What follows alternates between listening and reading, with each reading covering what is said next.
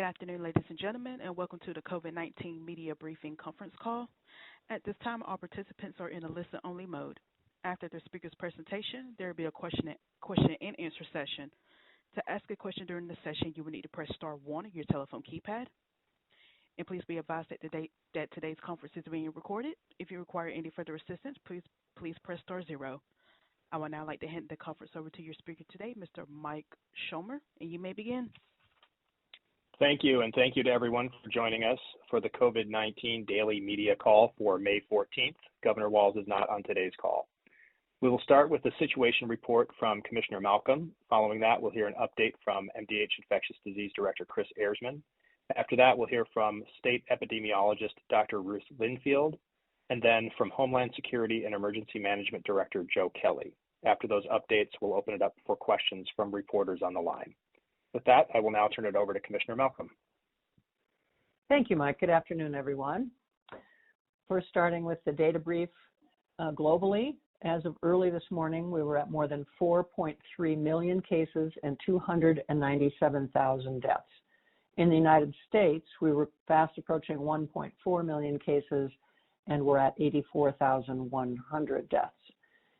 Here in Minnesota, we announced an additional 520 cases over yesterday, bringing us to a new total of 13,435 cases. I will note that our doubling time, the number of days it takes to double total cases, is the same as it was last week at 10 days, despite testing a higher volume of patients. Sadly, we had 25 more deaths reported yesterday, bringing us to a new total of 663. 21 of these deaths occurred in residents of long-term care facilities, 14 in Hennepin County, 2 in Anoka, Stearns, and Ramsey, and 1 each in Brown, Clay, Dakota, Polk, and Washington counties. And that is the geographic breakdown of all of the deaths from yesterday.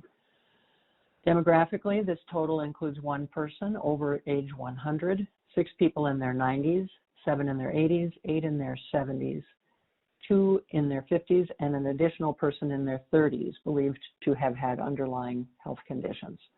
There are currently 498 patients currently hospitalized, an addition of 4 from yesterday, 203 of those in intensive care. I mentioned that we were pleased to see a new high total yesterday of over 6,700 tests processed by all the labs in the state reporting yesterday. That was our highest single day of testing. Just would like to remind people again, anyone who has symptoms of COVID-19 can and should be getting tested. We know that this guidance has expanded since early on in the epidemic, so we just want to reassure people that if you're feeling symptomatic, if you have some of those classic symptoms of COVID-19, respiratory illness symptoms, please do call your provider and see about getting a test. And of course, when people test positive and or if they feel sick, even without a test, please self-isolate. That means staying at home. That's a really key element of the Stay Safe Minnesota strategy that the governor announced and reinforced last night. We all need to do our part in order to protect our own health and that of our loved ones in our community. With that, I will turn it over to Kris Ehresmann.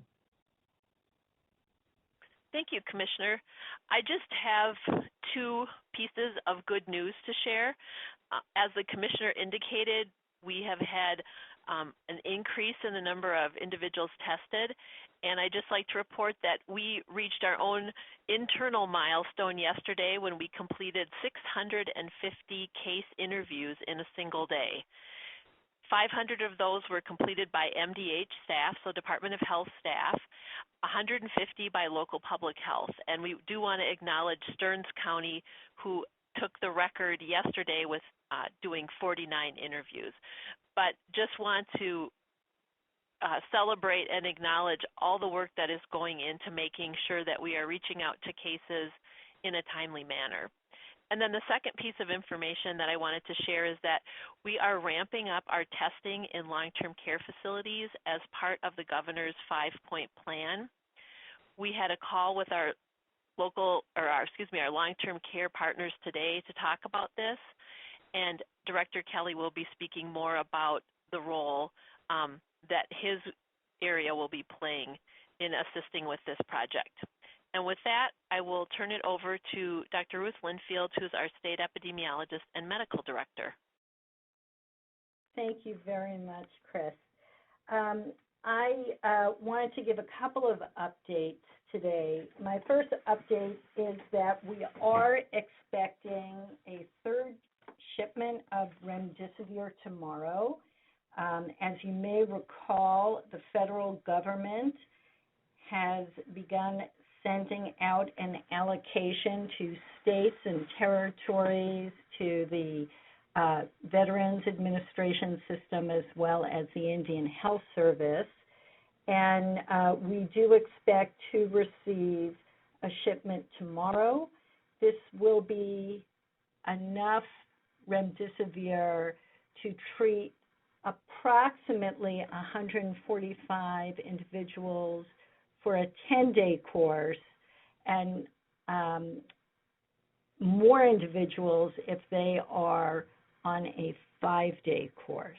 And the determination about a 10-day versus a 5-day course has to do with the recommendations and the emergency use authorization from FDA, and in it, as well as our recommendations, that a 10-day course be considered for those individuals who are most severely ill, those who are receiving mechanical ventilation or extracorporeal membrane oxygenation.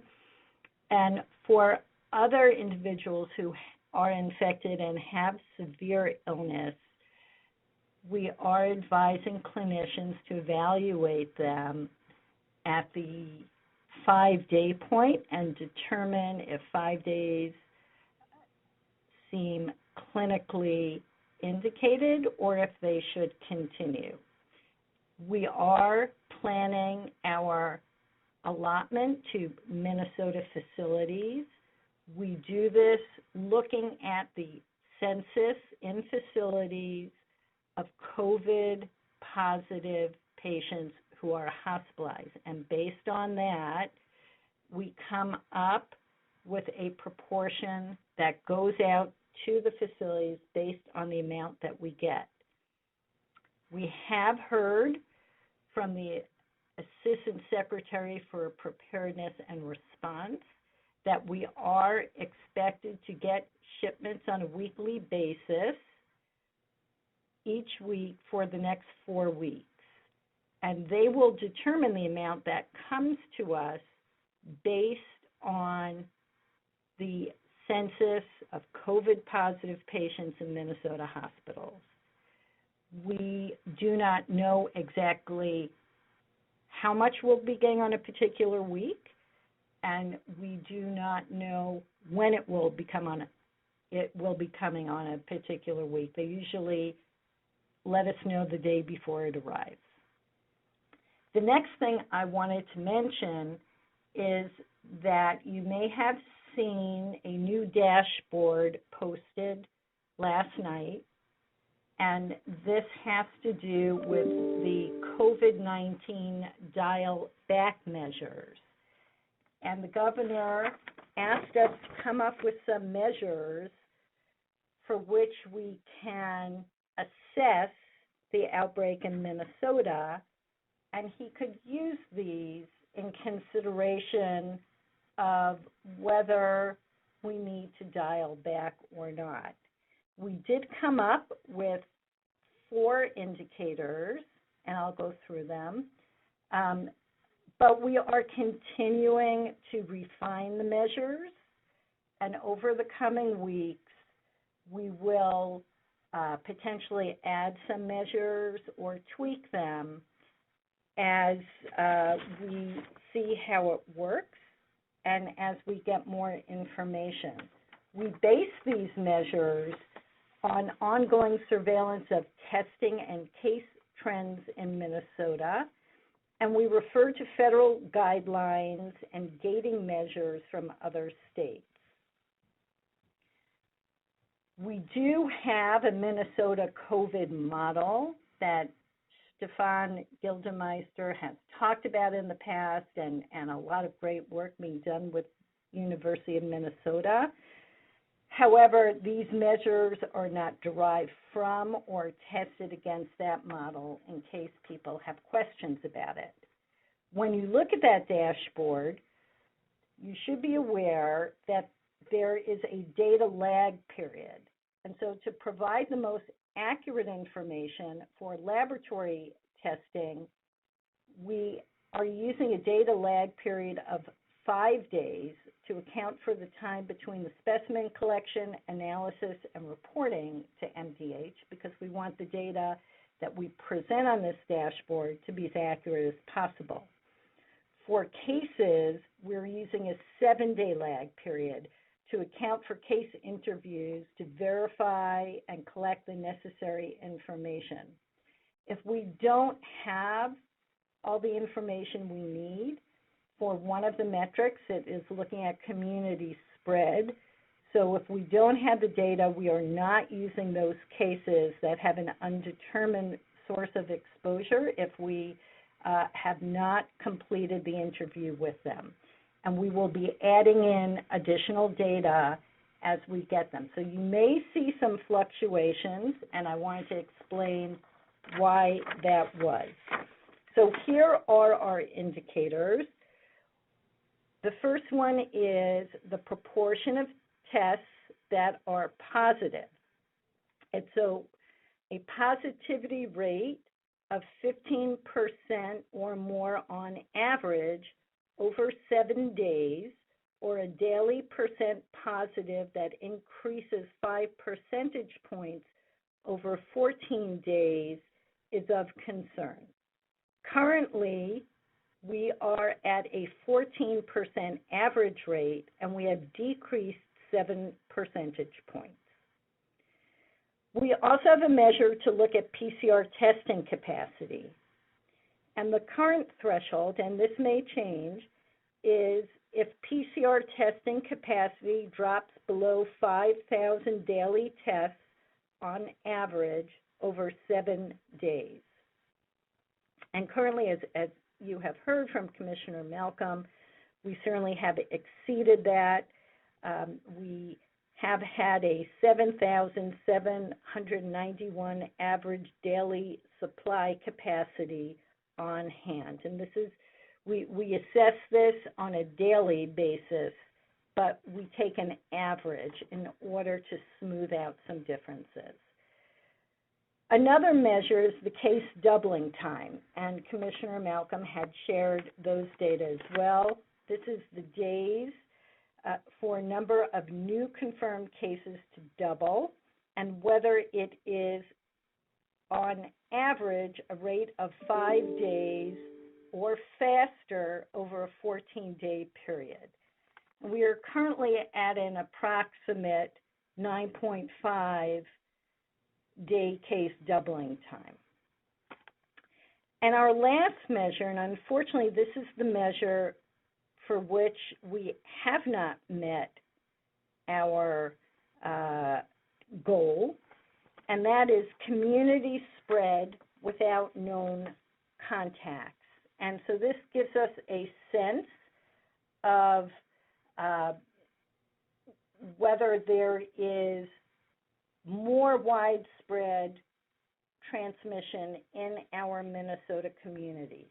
And the threshold for that is the percent of unknown contacts for a case is above 30% on average over 7 days, or if the rate climbs more than 5 points in 14 days.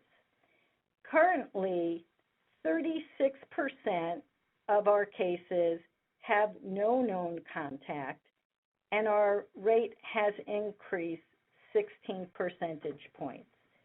So of the measures I've described, this is the one that has not met our goal. The other measures that we are going to look at, I alluded to this, to So just to give you a sense, we are also interested in looking at hospitalization rate and ICU rate. We are also interested in looking at cases among healthcare workers, personal protective equipment supplies on hand, trends in COVID-like illness, and the COVID-related death rate. It is taking us a little bit of time to develop the goals, but please look out as we do expect to have some additional measures on this dashboard so people can follow along with us the data that we are collecting and able to assess. Thank you. I will now introduce Joe Kelly, who is the Homeland Security and Emergency Management Director from the Department of Safety. Well, thank you, Ruth, and good afternoon, Minnesota. As we ramp up the testing effort, including the special focus on long-term care facilities, Governor Walz activated some soldiers and airmen of the Minnesota Army and Air National Guard to support those operations. And this morning, 20 members of the Guard reported for duty to receive mission orientation. They got some training. They were issued some personal protective equipment and validated on the task of performing the collection of the COVID-19 test samples that we all now know as the nasal pharyngeal swab.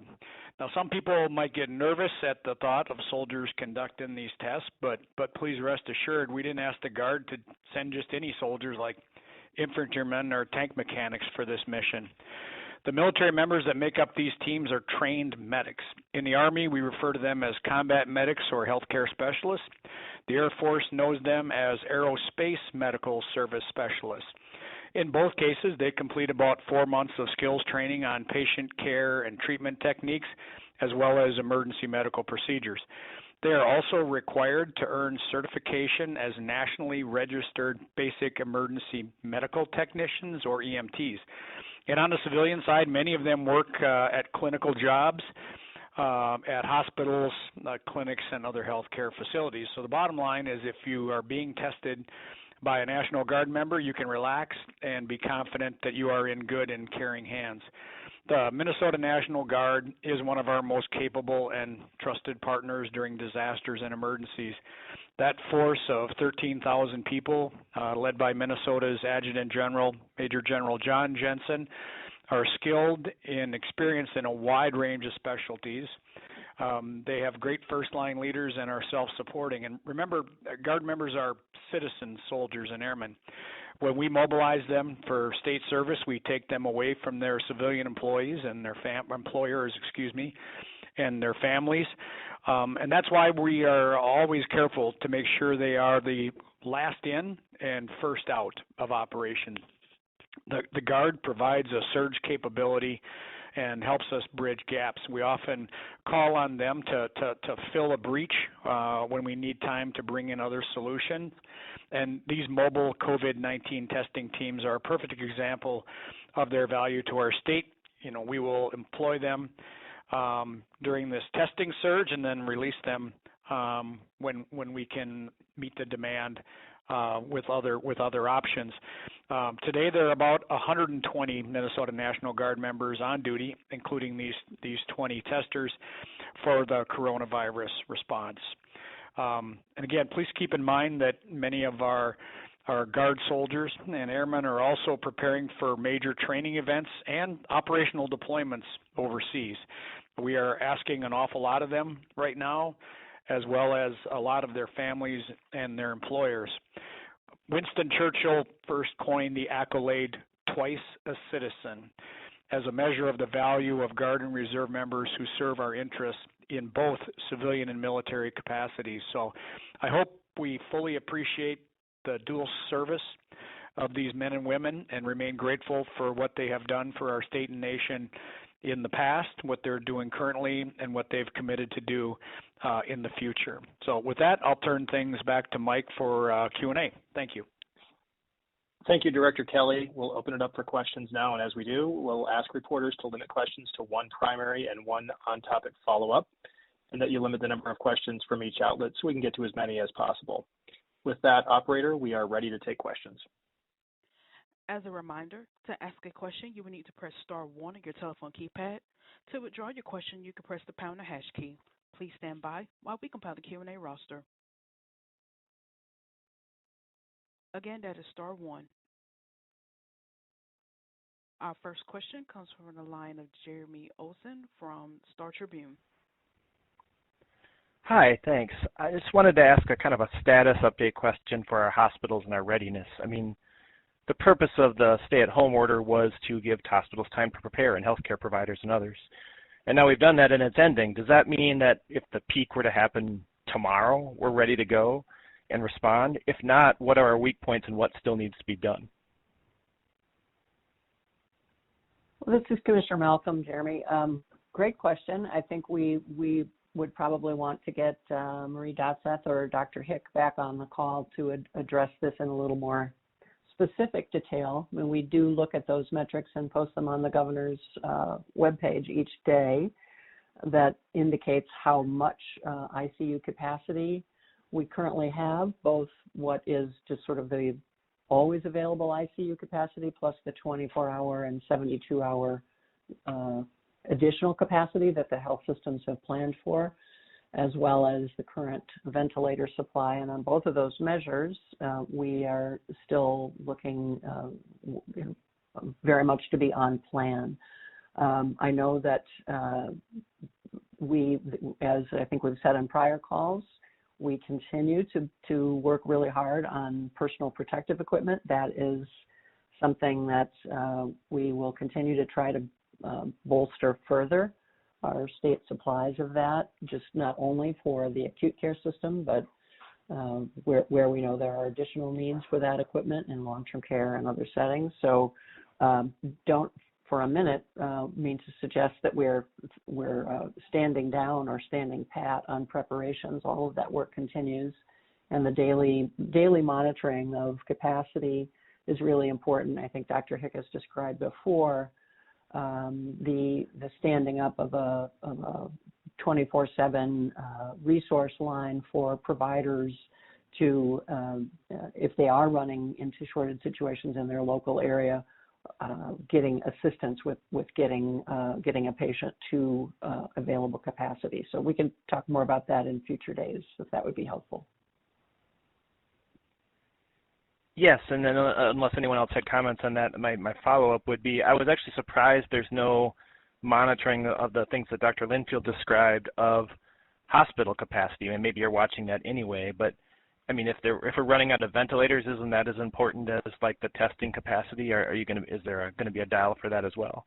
Yep, absolutely. That will be, and I think is already kind of a monitor on the global dashboard, if you will. But yes, that definitely is a measure for these sort of reverse dial metrics, as we're referring to them. So yes, we will add that as well. Thank you. Next question comes from the line of Esme Murphy from WCCO TV. Thank you so much, Commissioners, for taking my question. My question is this. Deaths are going up, hospitalizations are going up, cases are going up. We are dialing into reopening. How concerned are you, especially when you see the images from other states of crowded public gatherings?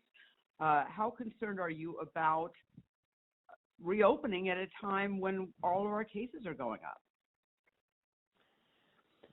Well, Esme, that's a very, very fair question. And I think as the governor emphasized last night in his remarks, the whole intent here is for this to be a gradual and targeted and careful reopening that really is contingent on our businesses opening using best practices with social distance guidelines and engineering controls to keep workers and customers safe, and for all of us as citizens to be really adhering to that health guidance that you keep hearing over and over from us, that we don't go out if we're ill, and when we do go out, we're limiting our travel, staying close to home, wearing masks, being really vigilant about how we interact and with whom.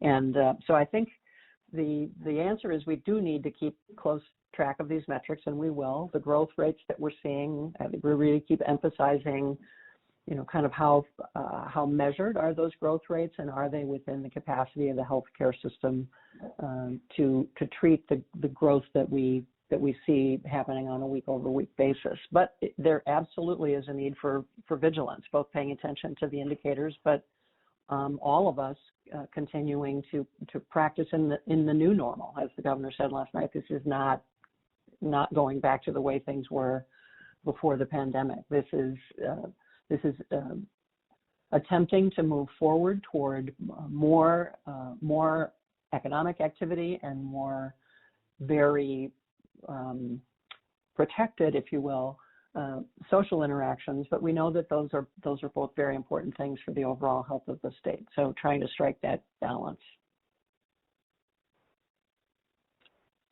Just to follow up, the governor said that he would be ready at a moment if there was a spike in cases, or if there was an indication that there could be a spike in cases, to move dramatically to shut things down. What is the tipping point, or do you have a tipping point for that happening?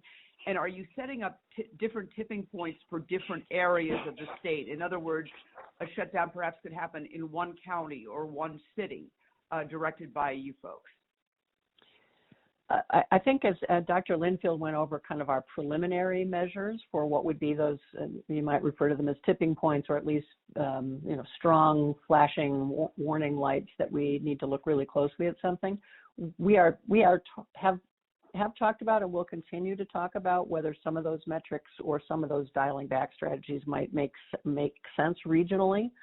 That is not where we are at present. We're taking a look at the entire state, but it is possible as we learn more about the status of the epidemic in different regions that we might do something of a more targeted nature. But the case doubling time, the testing positivity rate, the degree of community spread, and then those hospital metrics that we just talked about as well, all are the indicators we're going to be looking at.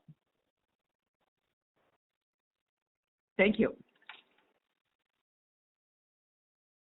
Next question comes from the line of Emily Hovick from Carrie 11. Hey, Commissioner and everybody. Thank you for taking my question.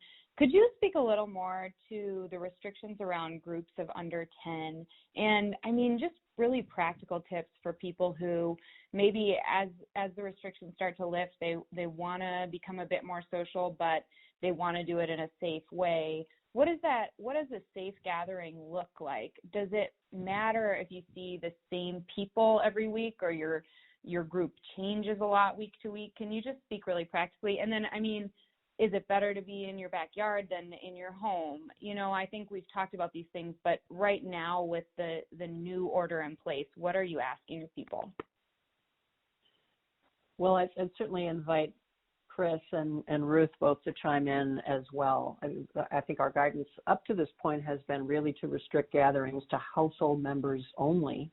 And so this additional flexibility allows for gatherings of less than 10 people, not restricted to the same household, but still to practice social distancing, to be at least 6 feet apart, ideally to wear masks. Certainly being outside presents a little bit more of a safe zone, if you will, as opposed to confined indoor spaces. But that social distancing, masking, obviously not gathering if anyone in the group is ill. All of those things are just perhaps more important now that we be vigilant on that, with the intent of of allowing some additional social interactions. But Kris or Ruth, would either of you like to comment further? So this is Ruth. The only thing I would add, and I'm sorry, Kris, I'll turn it to you, is that we still are really concerned about our elderly and people with underlying conditions, and we really do want them to be safe. And with this virus, it really is a stealth virus because people can transmit it before they develop symptoms, and some people don't develop symptoms or they develop very subtle symptoms. And so we really want to protect these individuals, and we really encourage them to stay home as much as possible. You know, if you have an elderly neighbor, I think the governor talked about this, maybe do their grocery shopping for them and drop it off. But don't have a face-to-face prolonged conversation with an elderly neighbor. You know, really take this seriously. We want people to take this seriously. As all of you have articulated, this virus has not gone away, and it really is up to all of us to do our part to keep transmission down and to really continue to work with those measures. Kris? The only thing I was going to add was just to simply say that even as you're considering your social distancing and being outdoors, remember that your exit and entrance matters. So in other words, if everyone's coming together to then get to the point where they're 6 feet apart, you want to avoid that. So just make sure that you're considering your exit and entrance as you're considering your distancing. Can you clarify that a little bit? Do you mean people all walking in through the same area, or are you talking about going on car rides with others? Well, I guess both.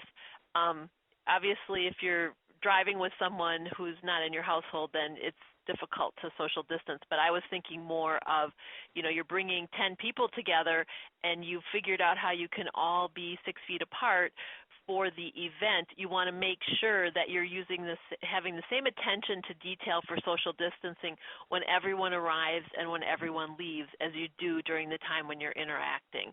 Because oftentimes you can have people clumping together, if you will, as they're coming or going. So just that's an important part of the whole process. And another good reason to wear masks when you're in the car or in close proximity, especially. Thank you all.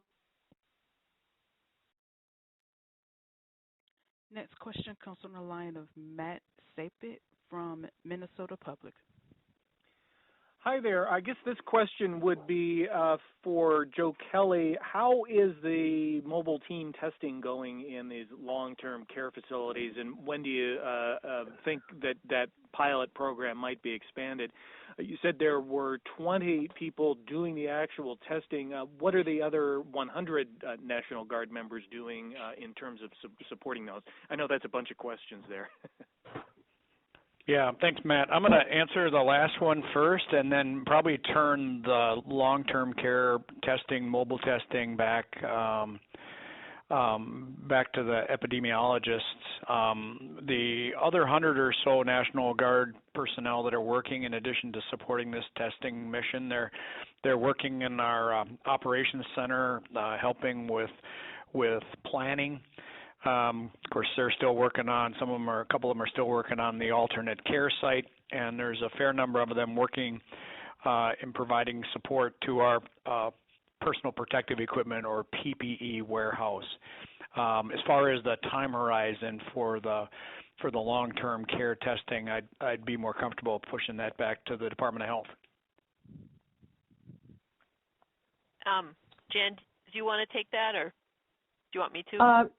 One and two, Kris. So we are working with both the State Emergency Operations Center, as Director Kelly said, as well as working with facilities to talk about the importance of testing. As I mentioned, we just had a WebEx with them today to go over what the plan is, what considerations they need to think about as they're ramping up to do testing in their facilities. So our expectation is that this testing will go on over the next number of weeks, and the National Guard is assisting us to help get that jump started. We're looking to have some strike teams that will be stood up that can assist with testing if facilities don't have a health system or usual provider that can help them. And so all of those things are being put in place, but the testing is starting now, and it will continue, and we expect that it will be ongoing for a number of weeks moving forward. Okay, and just to clarify, Kris, has a Guard medic actually taken a test or given taken a COVID-19 sample from someone? Have they been at the facilities? Are they doing what has been planned? My understanding is that it is now 2:36, and I believe they were going to be starting some of that at 1. So my assumption is that, yes, they have done that. Okay, and then just a quick follow-up. Are they testing facilities that have had confirmed cases or people with symptoms? Or are they going to all facilities regardless of prior confirmed cases? We are starting with facilities that have had a confirmed case, and they are testing all staff and all residents of those facilities. And once we've gone through the facilities that have had a case, we wanted to start there, then certainly, yes, we will be testing even more broadly. Okay, and then, sorry, just one. Are there plans to expand it beyond these 20 medics? Or are you going to need more Guard medics to be helping out with this? And that's seriously my final question. Well, as I mentioned, we are in the process, and when I say we, this is Director Kelly, the State Emergency Operations Center, the department, all the partners that are working together to make this happen, are working on standing up some strike teams that would be available to do testing in regions. So our desire is that if a long-term care facility has a relationship with a health system, that they would use that health system to do testing for them. If they already work with a certain provider, that they could go ahead and do the testing that way. If we have a situation in which a facility doesn't have that as an option, then we have the ability to pull in a strike team that could help with that. So our goal is that facilities would be working with their usual provider of care, but in a situation where that's not possible, then there would be these strike teams. And the Guard is serving as a bridge between our current state and our desired state with the strike teams to help us get to that point and to make sure that we're testing even as we're in process. Okay, thanks, everybody.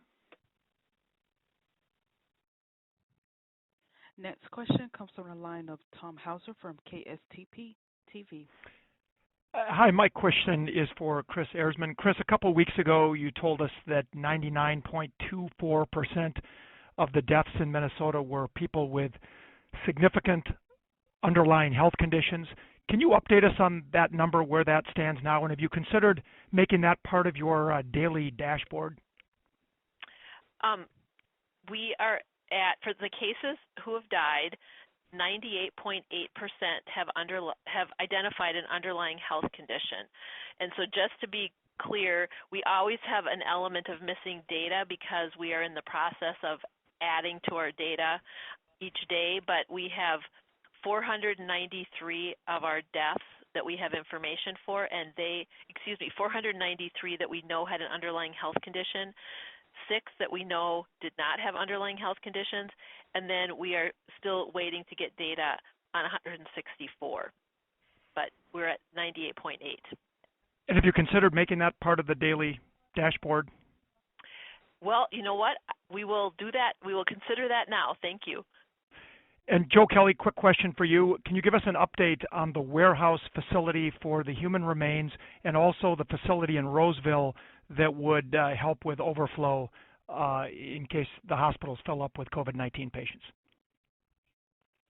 Yeah, thanks, Tom. We are in, I guess, I'm not a real estate agent, final negotiations and working through the paperwork for the acquisition of the building. So I do expect that warehouse to be purchased early next week, that we would be able to close that deal.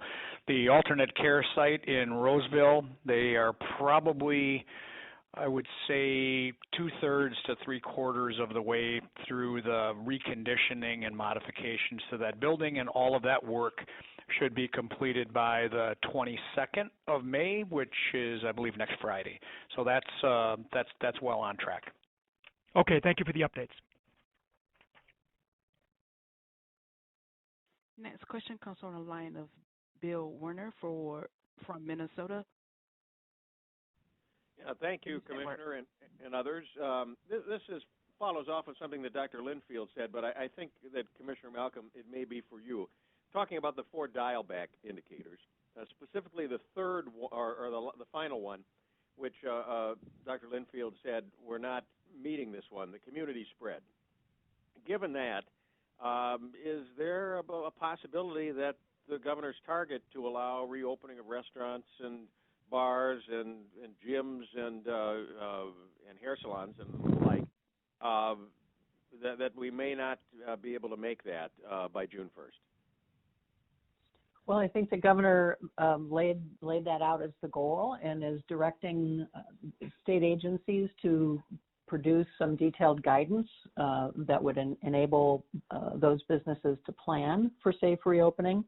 But I think he was careful to say we'll keep our eye closely on the situation, and if we see significant degradation in these measures, that would be a real cause for concern, and I'm sure he would consider very carefully whether we could move ahead with that goal date. But he felt it was important to set some parameters for businesses to be able to start planning for that time that we all look forward to. But we'll have to do it obviously carefully and presuming that the situation is still stable by our best ability to judge it.